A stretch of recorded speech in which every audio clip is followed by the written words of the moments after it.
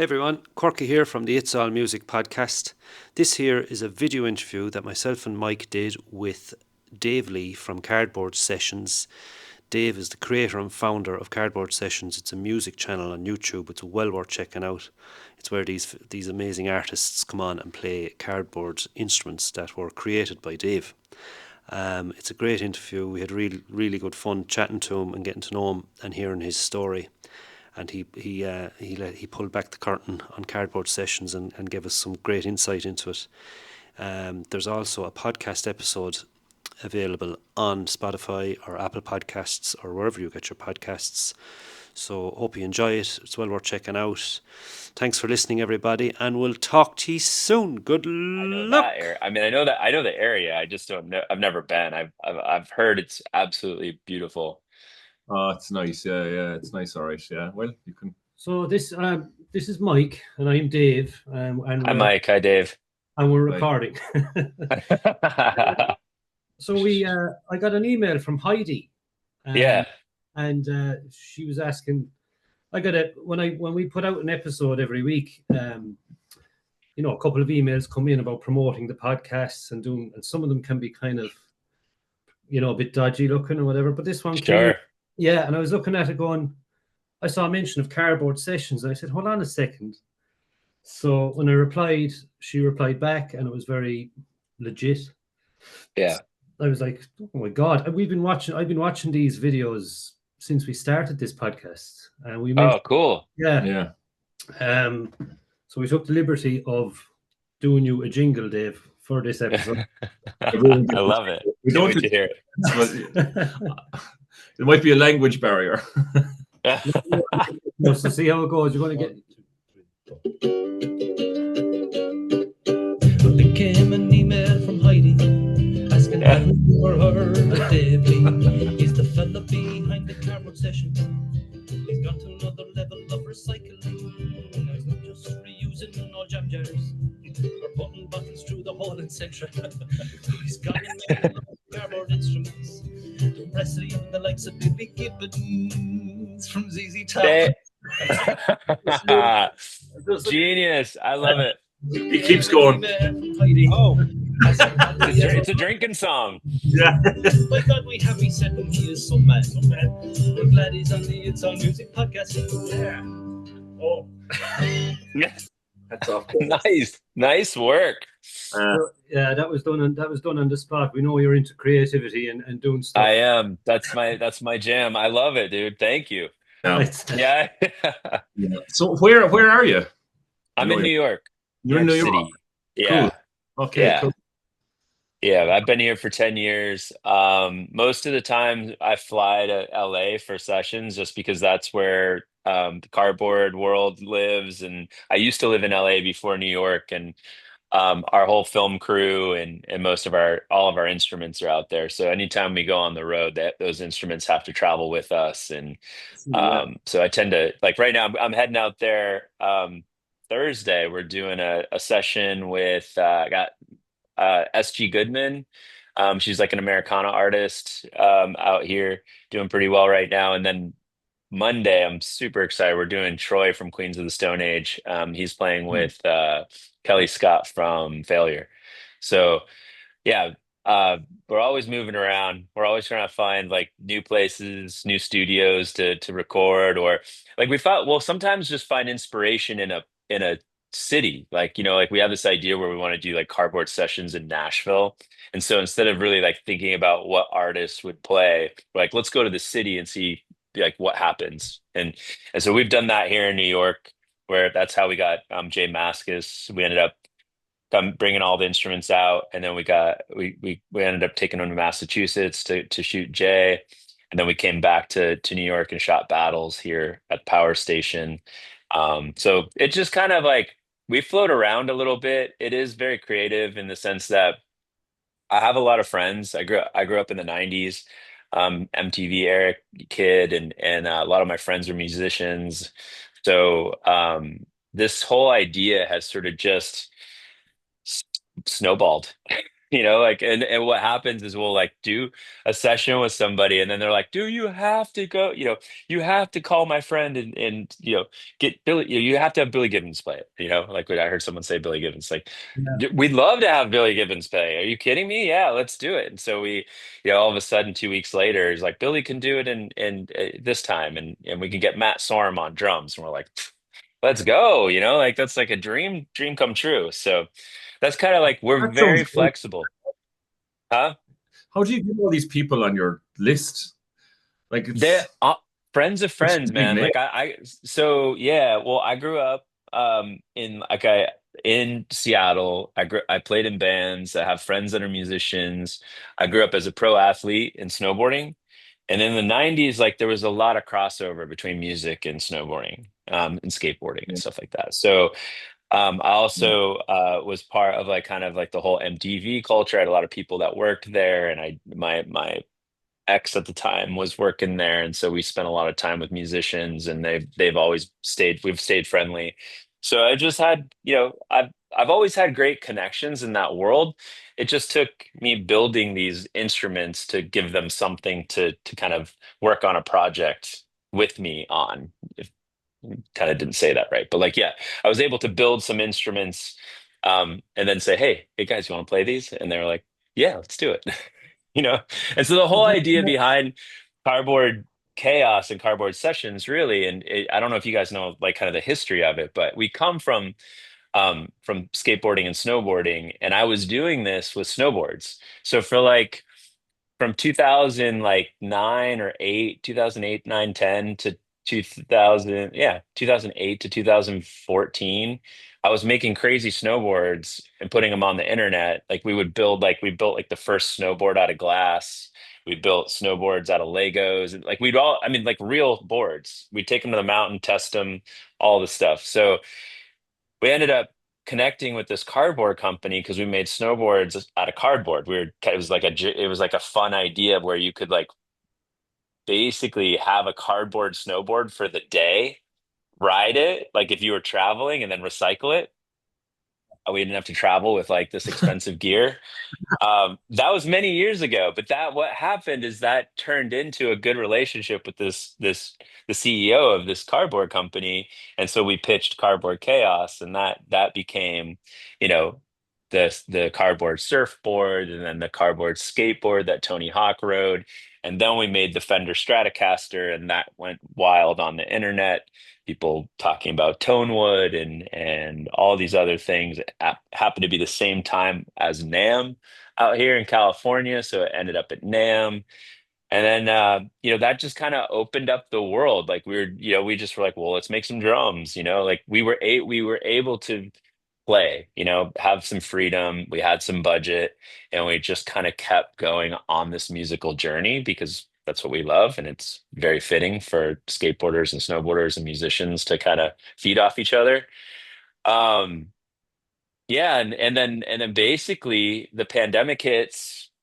I was just telling the story the other day. Pandemic hits, and I started watching all these bands playing like rock shows online to like just to basically for Yeah, their we used to fans. do And I that. was and I was like, yeah, I was like, this is so cool, man. Like the fact that they would do like a album top to bottom in an empty warehouse. In between songs, it'd be silence, and then you just be like, we're all blowing up in the chat. Anyone that was watching, like, man, when this is over, I'm gonna pull all those instruments out, and I'm gonna start a show called Cardboard Sessions. We'll just get our friends to play, and we'll see where it goes. And so that was like 3 years ago. We started with John Theodore from Queens of the Stone Age, and Isaiah Mitchell from Earthless, and then from there it just like ended up like Stephen Perkins from Jane's, and then man, I don't even. It just kind of started to grow, and then all of a sudden we were on calls with Billy Gibbons and Dandy Warhols, and yeah, just Jay Mascis, like all sorts of people started coming through. So it's been an absolute blast, and it's like I said, at the end of the day, it's bringing people together. It's building kind of community, like even like this, like these podcasts are amazing because we're all kind of in it for the same reasons, like you don't start these things to get rich. you start these things, right? You Like, start these things because you're passionate about them. If something happens and and you get a bunch of views, or you get the right people involved and things take off, that's awesome. But like, it starts with passion, and that's we got a lot of that. So yeah, here we are. We're still going. I thought it was going to be a fun project for a year or so, and we're on year three. We got more sessions lined up, and yeah, it's pretty cool. it's great. When Billy Gibbons, when the likes of Billy Gibbons, there was that video that caught my attention on YouTube, Yeah, first of all, and Matt, and he came in with, I know that a lot of the acts come in and do their own songs or they do instrumentals, but Billy had a song. He wrote a song in there off crazy. the Yeah, review, and they go through that process, and it's just a great watch. But when the likes of Billy Gibbons, he's this music legend, this rock legend. I'm sure he has an arsenal of guitars at home. yeah. Were you nervous of when he picked up that guitar and played it, what he was gonna, like if he's going, Yeah, he best of guitars at home, best sounding stuff, yeah. Um, I probably, I think I've gotten a lot more confident now that more people have played it, that they're going to enjoy it. But there are, you never know.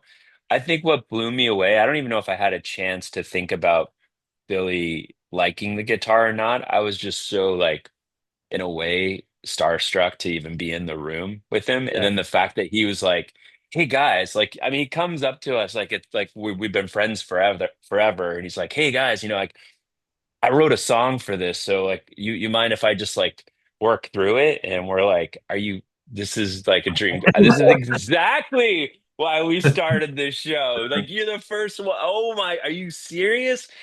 So we were like, he's like a on top of a incredible, legendary guitar player and musician. He's very like keen on like the creation of content, or the way things are created.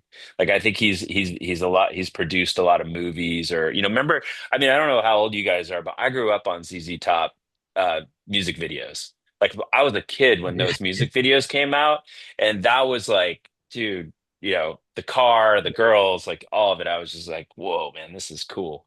um yeah. and so he just had like a whole idea. And so if you watch that, like, for anyone listening, if you watch that video, that riff that he's coming up with for that song is being played like at that moment. Like, he had an idea, he started to riff on it, and then he just built that whole song in front of us within a day, within six Well, hours. yeah, It's I know crazy. I've So heard Mike that, to Campbell. me, what's that? It, it's I've one heard of Mike the, Campbell from the. He said that every guitar has a song in it. When you get a yeah, new guitar, but it's like yeah, as if Billy picked that up and just put something. yeah, The riff, dude. it's a really good Dude, riff. dude, it's a great riff. Like, if and that is the thing that I'm always like, this is like a kick-ass riff. Like, if it came out on the radio right now, it was, I know it's a song about a cardboard guitar, but hey, like, the Oh, yeah. riff is nuts. Just so clean and so Billy, and then Sorum just put in the perfect drums, and yeah, it was absolutely like mind-blowing to be in that room that day. But the drums sound amazing as well. Obviously it's mixed and produced and done Yeah, professionally, but the drums, you see the people. people's reaction when they play, and that video that I've seen when you went to create the drums, make the drums, and you decided on which cardboard to use. But I was like, how's this gonna go? But they Yeah. sound amazing. Yeah, a lot of the drummers always have a favorite drum. Like, they always will pick out, either that's the kick drum's like a 26-inch kick, so it's like an old Ludwig, like, kind of Bonham style kick drum. It's got a lot of low end to it. It's really nice. The floor tom is quite special too. It just has like this resonance. And if you think about it, like, all the cardboard, like, that you see, like when you open a box or whatever, has those flutes in it, right? Like, so there's two sides of paper on these kind of flutes, and the rings on the drums are all like the flutes are vertical and then beveled, and I think we've shown it off a little bit in the, like, especially if you watch the drums being made, you can see this. But then the way that the skins and all the hardware sit on there is pretty magical. And you think about all the pressure that they have to basically be under to keep, the to be able to tune the drums correctly. But when you hit them, a lot of that resonance comes from like the bottom skin and then through those flutes. And it's kind of quite like an interesting concept just as far as like a design. Maybe, something some people would have thought was, cardboard would be, they call it, in the tech world, it's like more of a feature than a bug, right? Like it's just like it's actually adding to the sound of the resonance. And so yeah, there's been some kind of happy. I don't know if they're not even accidents. They just kind of are because of this material. You get this sound, and a lot of times when we go to like a new studio, the engineer there will always sample the drums. They're like, hey, can we just like we just hit them, and they'll sample them for later so that they can have the sound in their recording bank or whatever. But yeah, a lot of times people want to keep the guitar. A lot of times drummers want to keep a certain drum, but we only have a couple instruments. We only have two drum sets, so yeah, we got to keep them close. Like without letting the cat out of the bag, like the manufacturing process or the converting cardboard into something usable in the music world, is that an arduous process or is it simpler than I I, think? I'm asking the stupid questions because I yeah, mean, I I mean, don't. I if it's not, it's difficult. It can be difficult. It's definitely we owe there's a lot of heavy lifting that Ernest Packaging, Okay. the sort of solutions designer over there, Mike Martinez, that we work with. He's in a lot of the videos. He's an amazing like just maker and builder, and so a lot of times he's in there countless hours and weeks figuring out how to make this cardboard work for a certain project. And there's a lot of failures along the way, obviously, because you're like, he's building all the molds and all of the pieces out of cardboard. So even like the presses for the necks of the guitars are made out of cardboard. And then, we'll use different kinds of resins, bioresins and stuff so that the cardboard will actually, stay solid and basically like the early V1 cardboard guitar was like pretty straightforward, just cardboard with like this very, very little resin. Like you could pretty much recycle it directly. And, you know, it it is much more difficult to keep those guitars like in tune for very long, long periods of time. But like Yeah. when you build them, like we've like now we've moved on to taking some of these materials and working with them in ways that they do last, different types of resins, different types of cross patterns of flutes and things like that, that have made them much more durable, very solid guitars. I mean, they all have, real components in them too, truss rods. Um, you know, I feel like the show has evolved into like, hey, these were conceptual ideas that we had as a group, and we wanted to test the theory. We tested it, it worked. We still really like this idea, and we want people to kind of be able to join in and be a part of it and play, and so we've made them more robust over the years. But they're not, they're definitely like the Fender pieces are like basically we give Fender blocks of cardboard, right? Like we figured out how to basically make them what they would use for a wood, you know, body. We give them the same in cardboard. That, and if you watch those YouTube videos, you'll see they're in the CNC machine getting cut out, just like a wood body would be. Um, in, Interestingly enough, the drums were probably one of the hardest things to do just because of the perfect cylinders that you have to make. And then you think about all that hardware that has to go around every drum and the kind of pressure that it takes. That was an incredible feat. And also just like amazing that Mike Martinez could figure that out. And we're always there as moral support, but we're like, we're like the idea guys, like we'll get our hands dirty, we jump in, but at the same time we need like our engineers and our people to help us pull this stuff off. So yeah, without those guys, it's like makes it really difficult. But yeah, incredible. Recently, too, I will say, if I can, we just did an acoustic guitar, like That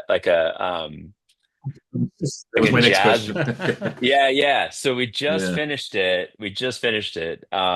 Last week. It took like 3 months, like, and not 3 months straight, but like, little bit of work on it here, a little bit of work on it there, and then we finished it in Detroit like 3 weeks ago, and it's like based on a jazz style kind of jazz acoustic guitar with like F holes, and we worked with this friend of ours, Gabrielle, who owns Echo Park Guitars and makes guitars exclusive like for like Queens of the Stone Age and Aerosmith and some of the guys. Like he's kind of more of a custom board built, or sorry, custom guitar player or guitar designer, and he did this one all by hand. And so that was like honestly, like this last guitar that we made is really really special, one of my favorite things that we've made to date, and we'll show that in the next few months when we release it. But every piece was just like hand shaped, hand cut, sanded by hand, um routed by hand. It's an arch top with F holes, so it's just like really Oh, unique, and like the fact that we could work with the cardboard company to make a arch top that could handle, it kind of looks a lot like, I'm looking at my Gretsch on the wall right now, but it's kind of like, like an old, like a Gretsch hollow body or something. But it's yeah. Well, yeah, it's just Will really, it have a really special. will that have a pickup in it? It We'd does love have a to we'd pickup on it. love yeah. Yeah, We it will. has a yeah. We do pickup in gear. it. Yeah, that's Yeah, fascinating. How does it sound? sounds amazing. Like it's one of the, it Yeah. just sounds so good. I mean, it's got so much versatility. The pickup, it's not like a classic acoustic guitar. It still sounds nice naturally, but it with the pickup, it sounds incredible. Like you can get such good tone out of it.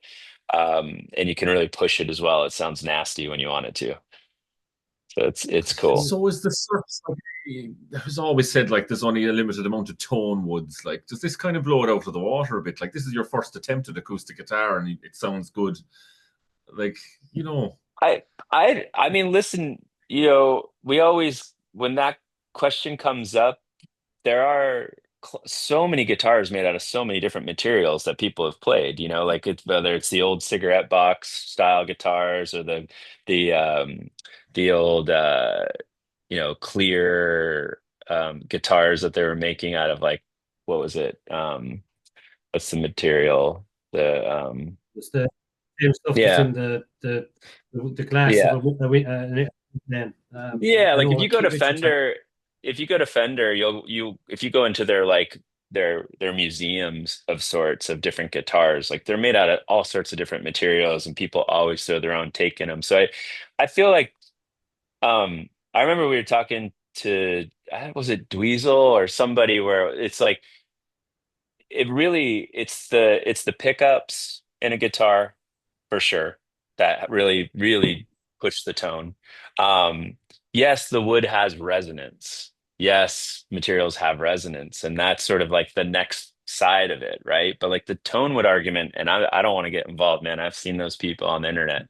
um but like it is interesting. Like I appreciate their point of view, but what I do know is that you can make things sound good if they're built well, and if they have the Yeah. right pieces in them, right? Like, so whether it's made out of cardboard or it's made out of maple or it's made out of whatever wood you prefer, um as long as it's built right and it's built well and it has good pickups in it, it will play. It will play well. I mean, if you watch the Marcus King episodes, which probably have the most views on our site, because we worked with Marcus right pretty much like the week his album came out, the one with Rick Rubin. Those songs are so good. Like he plays them a little bit faster than on the record. He uses a horn section instead of a key section for some of the things. And I mean, he's such a ripper of a guitar player that, I mean, you watch him, he's making that guitar work, with not only the playing, but like, using the knobs and the sound and just like I mean, I feel like he really showcases what that guitar is capable of.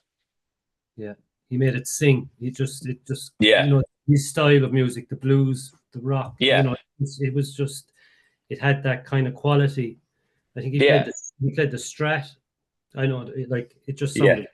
sounded, and he was using the different pickups. He was flicking. Yeah, exactly. So you just like, if you think like, oh, this thing is whatever, you put it through a nice, take it to a nice studio and they're gonna mix it well or whatever. When you watch somebody like Marcus play it, you realize like he's taking it through its range, in a song because he plays hard, he plays soft, he adds some volume, he takes away, he switches pickups. So it's really fun for me I am, I'm not a great player, but like when I see people play like that, I just really like blows my mind.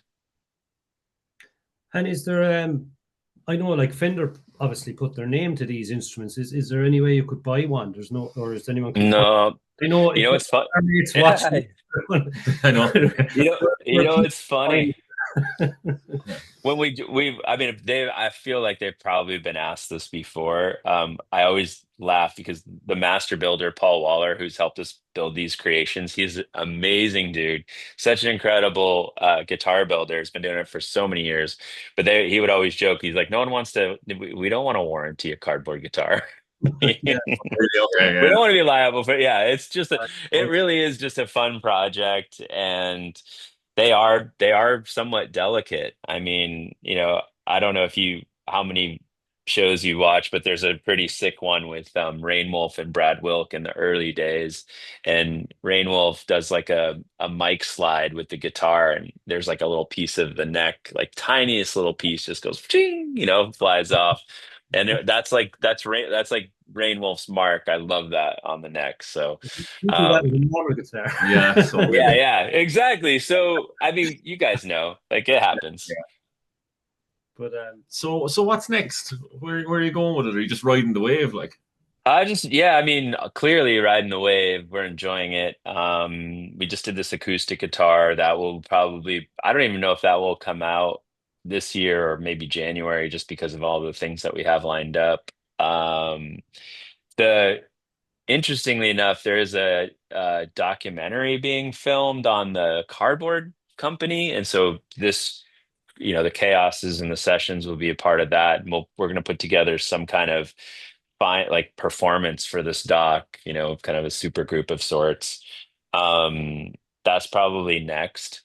As far as instruments, I mean, we do really want to do a classic acoustic guitar, like maybe with Taylor. So something like that might be in the works.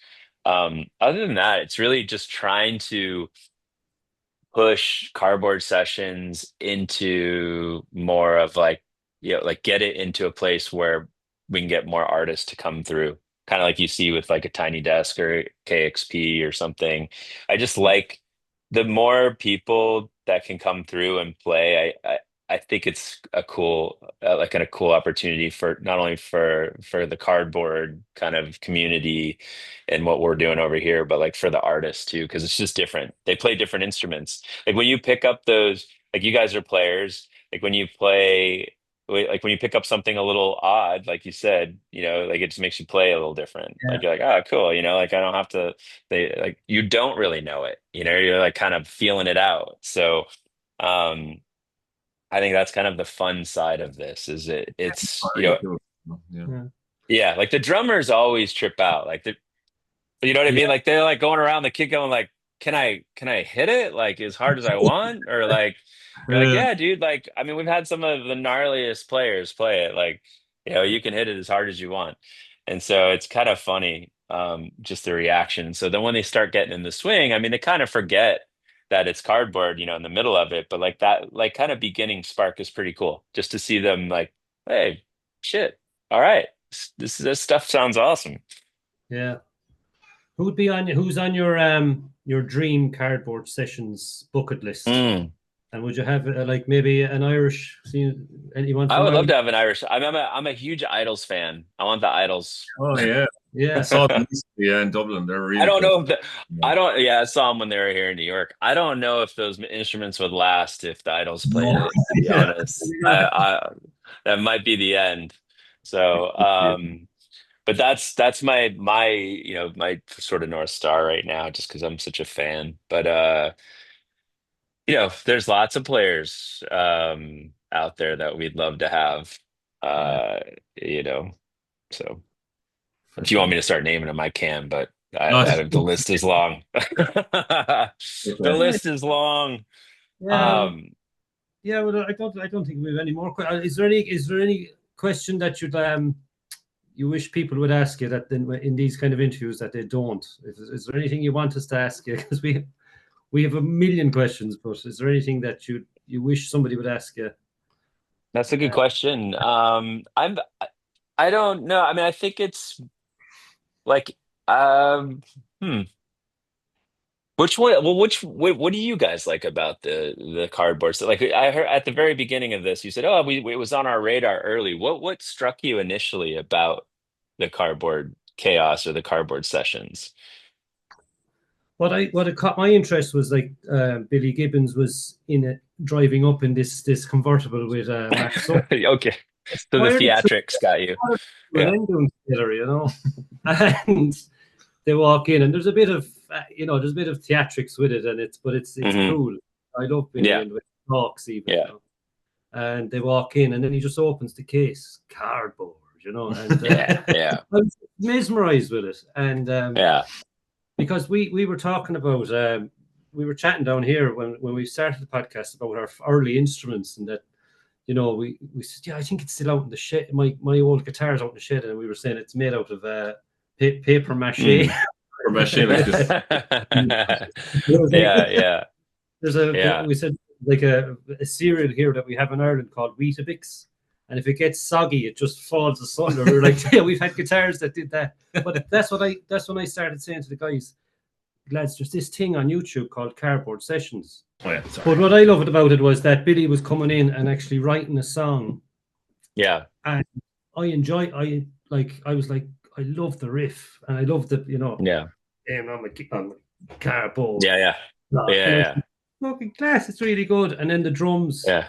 they all sounded good. And I was like, that song wouldn't have existed. Billy wouldn't have wrote it only for this, only for the guitar, and going back. I suppose you're there in the background, but it's all stemming from your. That's a really good point, man. That's a yeah. Taken with that, and I was like, "Jesus, it's great!" And we need more of that, So that's what I Wow. like. Yeah. That's that no one's actually really mentioned that to me in the sense or said it back to me in that way, where that if that we hadn't, got him involved or made these things, he wouldn't have written that song. Like, yeah, you're right. That's a wild thought. And that is kind of that, to kind of put an end cap on this. That was always the goal of Cardboard Sessions, was to try to create a show where we could showcase that spark of creation. As musicians, or especially if you're fans of music, or you've played in any bands, or you that moment where you hear, like, you start to get this riff in sync with the drums or a bass line or vice, things are kind of starting to move around the room, and then it syncs up. Like, for players, that, I mean, I have chills just talking about it. Like, it's just like a feeling that, like, as musicians, that just feels so good. And so I think there is, like, as builders and makers, I'm always trying to find a way to share that moment. Like, I know not everyone's going to see it, because it's like my mom doesn't play music. She's not going to feel that, that moment, the riff clicks with the drums, and she's just gonna be like, "Oh, that's really cool," but the people who know, like, I think that's really, like, when you can build that into something and try to create that moment, which you've kind of felt with Billy, I think is, like, that's exactly what we wanted to do. So I really appreciate you saying that.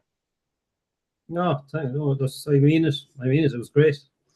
And keep them coming. Keep those Yeah, videos cool, coming. man.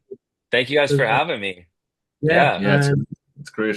We'd like to talk to you down the track further, possibly. Yeah. Cool. Yeah. Yeah. I mean, we got to get an Irish band. We got to figure that out. So we'll figure. We'll go over. Yeah.